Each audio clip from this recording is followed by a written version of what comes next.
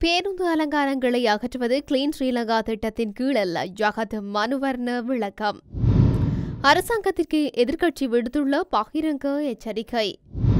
இன வன்முறையை தூண்ட முயல்வோருக்கு சிறைதான் வாழ்க்கை, எச்சரிக்கும் ஹரணி.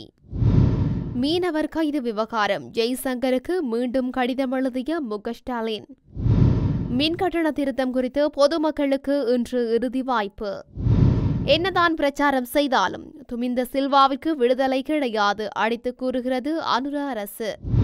இஸ்ரேலுக்கு பேரிடி. ஈரான் ராணுவத்தில் இணையும் 1000 ட்ரோன்கள்.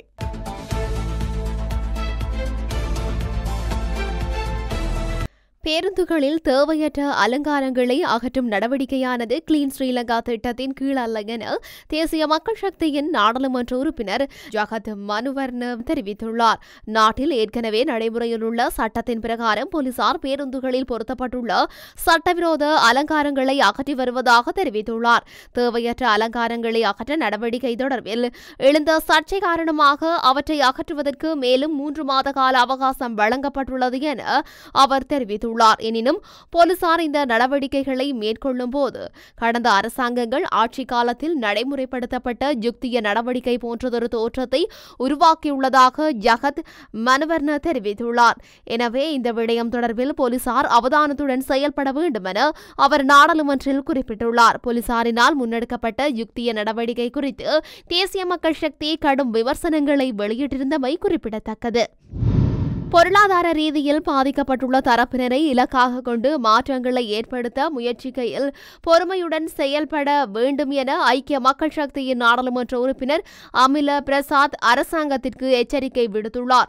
நாடாளுமன்றத்தில் நேற்று இடம்பெற்ற அமர்வில் மக்களின் வாழ்க்கை செலவு உயர்வு, அத்தியாவசிய உணவுப் பொருட்களுக்கான தட்டுப்பாடு உள்ளிட்ட விடயங்கள் தொடர்பான சபை ஒத்திவைப்பு பிரேரணையை முன்வைத்து உரையாற்றுகையில் மேற்கொண்டவாறு தெரிவித்துள்ளார். அவர் மேலும் உரையாற்றியதாவது, தொழில்நுட்ப காரணிகளை அடிப்படையாக கொண்டு உரிய முறையில் செயல்படாவிடின் கோட்டபாய ராஜபக்சவின் சேதன பசலை திட்டத்துக்கு ஏற்ற கதையே கிளீன் ஸ்ரீலங்கா செயற்திட்டத்துக்கும் ஏற்படும். ஜனாதிபதி அனுரகுமார திசாநாயக்க கிளீன் ஸ்ரீலங்கா திட்டத்தை அறிமுகப்படுத்தியுள்ளார். இந்த திட்டம் சிறந்தது. நாட்டை தூய்மைப்படுத்த வேண்டும் என்பதில் எவ்வித எதிர்ப்பும் கிடையாது. இருப்பினும் இந்த திட்டம் ஆரம்பிக்கப்பட்ட முறைமை பிழையானது. பொருளாதார நெருக்கடியினால் நேரடியாக பாதிக்கப்பட்டுள்ள தனியார் பேருந்து உரிமையாளர்களை இலக்காக கொண்டு கிளீன் ஸ்ரீலங்கா திட்டம் ஆரம்பிக்கப்பட்டுள்ளது. பொது தேர்தலூடாக நாட்டு மக்கள் நாடாளுமன்றத்தை தூய்மைப்படுத்தி கிளீன் ஸ்ரீலங்கா செயற்திட்டத்தை ஆரம்பித்து வைத்தார்கள். ஜனாதிபதி அனுரகுமார திசாநாயக்க நாடாளுமன்றத்தை சிரமதானம் செய்ய வேண்டும் என்று மக்களிடம் குறிப்பிட்டார். நாட்டு மக்களும் நாடாளுமன்றத்தை சிரமதானம் செய்து அரசாங்கத்துக்கு 3/2 பெரும்பான்மை ஆணையை வழங்கினார்கள். சந்தை மரத்தை போன்று நாடாளுமன்றத்திற்குள் வருகை தந்த தேசிய மக்கள் சக்தியினர் இன்று கடந்த கால குற்றச்சாட்டுக்களை மாத்திரம் பேசுகின்றார்கள். கடந்த காலங்களில் இவர்கள் இவ்வாறு செயல்பட்டதை மறந்துவிடக் கூடாது. ஆளும் கட்சியினர் எதிர்க்கட்சியினரை போன்று செயல்படுகின்றார்கள். ஊழல் மோசடி பற்றி பேச்சளவில் மாத்திரம் பேசிக் கொண்டிருக்காமல் உரிய நடவடிக்கைகளை அரசாங்கம் முன்னெடுத்து மோசடி செய்யப்பட்ட நிதியை அரசுடைமையாக்கி அதன் பயனை நாட்டு மக்களுக்கு வழங்க வேண்டும் என கூறியுள்ளார். இலங்கையில் இனிமேல் இன மத அவமதிப்புகளுக்கு வன்முறைகளுக்கு இடமே இல்லை என்று பிரதமர் ஹரணி அமரசூரிய தெரிவித்துள்ளார். இஸ்லாம் மதத்தை அவமதித்த குற்றத்துக்காக பொதுபல சேனா அமைப்பின் பொதுச் செயலாளர் கலகொட அத்தே ஞானசார தேரருக்கு 9 மாத சிறை தண்டனையை கொழும்பு நீதவான் நீதிமன்றம் விதித்துள்ளமை தொடர்பில் நாடாளுமன்ற வளாகத்தில் பிரதமரிடம் ஊடகவியலாளர்கள் வினவிய போதே அவர் மேற்கொண்டவாறு கூறினார். இதன்போது இன மத வன்முறைகளை மீண்டும் தூண்ட முயல்வோர் தொடர்ந்து சிறைகளில் அடைக்கப்படுவார்கள் என்றும் பிரதமர் எச்சரிக்கை விடுத்துள்ளார். எவராக இருந்தாலும் குற்றமிழைத்தவர்கள் சட்டத்தின் பிரகாரம் தண்டிக்கப்படுவார்கள் என்று சுட்டிக்காட்டிய பிரதமர் அப்படியானவர்களுக்கு நீதிமன்றம் வழங்கும் தண்டனையை தேசிய மக்கள் சக்தி அரசு வரவேற்கும் எனவும் குறிப்பிட்டுள்ளார். இலங்கை கடற்படையினரால் கைது செய்யப்பட்டு விளக்கமறியலில் வைக்கப்பட்டுள்ள அனைத்து மீனவர்களையும் அவர்களது மீன்பிடி படகுகளையும் விரைவில் விடுவிக்க நடவடிக்கை எடுக்க வேண்டும் என இந்திய வெளிவிவகார அமைச்சர் எஸ். ஜெய்சங்கருக்கு தமிழக முதல்வர் மு.க. ஸ்டாலின் கடிதம் எழுதியுள்ளார். தற்சமயம் கைது செய்யப்பட்டு விளக்கமறியலில் வைக்கப்பட்டுள்ள மீனவர்களை சுட்டிக்காட்டி இந்த கடிதத்தை அவர் எழுதியுள்ளார். மீனவர்கள் தங்கள் வாழ்வாதாரத்திற்கு மீன்பிடி தொழிலை மட்டுமே பெரிதும் நம்பியுள்ளதாகவும் அவர்களை இலங்கை கடற்படையினர் சிறைப்பிடித்தால் அவர்களது வாழ்வாதாரம் பாதிக்கப்படும் தேவைப்படுவதாகவும் குறித்த கடிதத்தில் ஸ்டாலின் சுட்டிக்காட்டியுள்ளார். உரிய ராஜதந்திர வழிமுறைகளை முன்னெடுத்து அனைத்து மீனவர்களையும் அவர்களது மீன்பிடி படகுகளையும் விரைவில் விடுவிக்க உடனடி நடவடிக்கை எடுக்க வேண்டும் என்று இந்திய வெளிவிவகார அமைச்சர் எஸ். ஜெய்சங்கரை கேட்டுக் கொண்டுள்ளார். இலங்கையின் உத்தேச மின்சார கட்டண திருத்தம் தொடர்பில் பொதுமக்களின் கருத்துக்களை பெற்றுக்கொள்ளும் நடவடிக்கை இன்றுடன் நிறைவடைகின்றது. அதாவது மின்சார கட்டண திருத்தம் தொடர்பான பொதுமக்களின் கருத்துக்களை பெற்றுக்கொள்ளும் நடவடிக்கை கடந்த மாதம் 27ஆம் தேதி ஆரம்பிக்கப்பட்டது.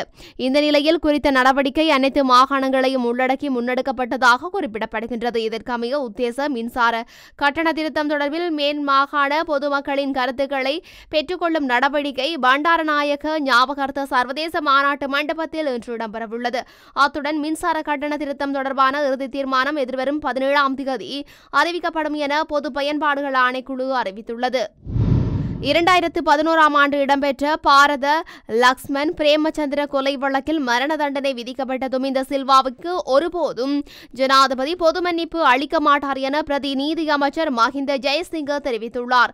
நாடாளுமன்றத்தில் உரையாற்றிய பிரதி நீதி அமைச்சர் மேலும் தெரிவிக்கையில், தொலைக்காட்சி அலைவரிசைகளுக்கு நாங்கள் பயப்பட மாட்டோம். அவருக்கு சார்பான தொலைக்காட்சி ஊடகங்கள் அவருக்கு சார்பாக செய்திகளை வெளியிட்டாலும் பொது மன்னிப்பு வழங்கப்பட மாட்டாது. சட்டத்தின் ஆட்சியை நிலைநிறுத்துவதற்கு அரசாங்கம் தொடர்ந்து அர்ப்பணிப்புடன் இருப்பதாகவும், துமிந்த சில்வாவுக்கு தொடர்ந்து மருத்துவ சிகிச்சை வேண்டுமா என்பதை அறிய மருத்துவ மதிப்பீடுகள் நடைபெற்று வருவதாகவும் அவர் மேலும் தெரிவித்துள்ளார். மரண தண்டனை விதிக்கப்பட்ட துமிந்த சில்வாவுக்கு 2021ஆம் ஆண்டு முன்னாள் ஜனாதிபதி கோட்டபாய ராஜபக்ச வழங்கிய சர்ச்சைக்குரிய பொது மன்னிப்பு உயர் நீதிமன்றத்தால் ரத்து செய்யப்பட்டதை அடுத்து அவர் மீண்டும் சிறையில் அடைக்கப்பட்டமை குறிப்பிடத்தக்கது. ஈரான் ராணுவம் தனது படைகளில் 1000 மூலோபாய ட்ரோன்களை விரைவில் சேர்க்கவுள்ளதாக அறிவித்துள்ளது. இது நாட்டின் பாதுகாப்பு திறன்களை அதிகரிக்க செய்யும் என தெரிவிக்கப்படுகின்றது. ஈரான் ராணுவத்தின் மக்கள் தொடர்புகளின் அறிக்கையின்படி பாதுகாப்பு மற்றும் ஆயுதப்படை தளவாட அமைச்சகத்துடன் இணைந்து ராணுவத்தால் வடிவமைக்கப்பட்டு தயாரிக்கப்பட்ட இந்த ட்ரோன்கள் வரும் நாட்களில் ராணுவத்தில் சேர உள்ளன.